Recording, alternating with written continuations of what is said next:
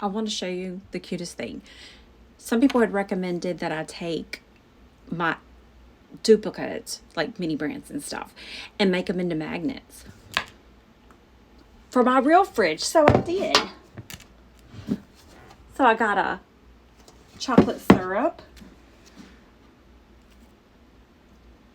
cheese crackers, I've got guacamole. This is from the Retro. Pez. And I have some, that's also the part of the Retro one. Planters peanuts.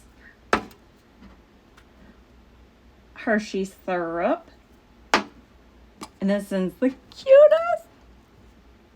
A Coke.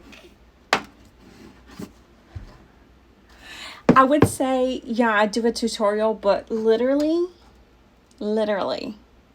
you just take whatever you want. I happen to have this many magnets. I use this Gorilla Clear Grip glue, which is like the, is it E500, E600, E400 that everybody uses, but somehow I ended up with this. It's the same thing, I think.